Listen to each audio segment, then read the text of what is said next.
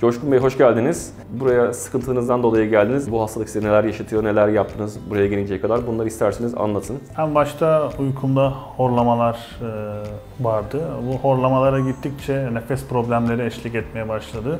Nefes problemleri de uyku apnesine dönüştü. Uyku apnesi teşhisi kondu. Uyku apnesi teşhis kondu. Evet. Peki bu hastalık size gün içerisinde neler yaşatıyordu? Mesela sabahleyin kalktınız neler hissediyordunuz? Bunlardan da biraz bahsedin isterseniz. Şimdi gece tabii rahat bir uyku alamamanın verdiği sıkıntıyla gün içerisinde yorgun bir şekilde hayatıma devam ediyordum. Kimi zaman hafiften uykum geliyordu. Uyuklamaya sebep olabilecek bir yorgunluk oluşuyordu. Tamam, güzel. Çeneyi ileri alalım biraz daha böyle. Tamam, güzel. Süper. Ondan sonra normal kapatalım. Şimdi ben sana tedavi şöyle anlatayım. Böyle bir aparat yapıyoruz. Bunu uyku sırasında takıyorsun. Amaç çeneni önde tutarak buradan daha rahat nefes almanı sağlıyor. Çünkü senin buradaki hava yolun dar. Bu çok pratik gözüküyor. Takıyorsun, her yere götürüyorsun ama sadece bir alışma evresi geçiriyorsun.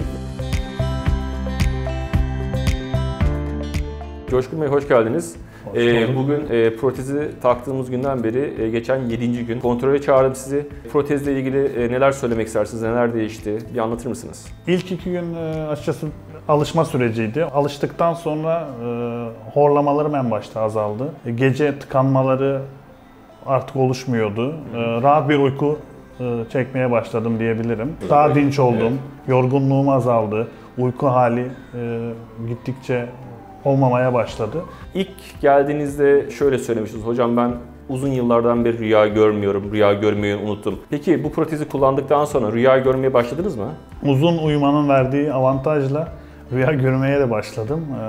Bunu rahatlıkla söyleyebilirim. Güne de güzel başlıyorsunuz. Evet, daha mutlu oluyorsunuz. Daha mutlu oluyorsunuz, daha dinç oluyorsunuz. Evet. Çok faydasını gördüm diyebilirim.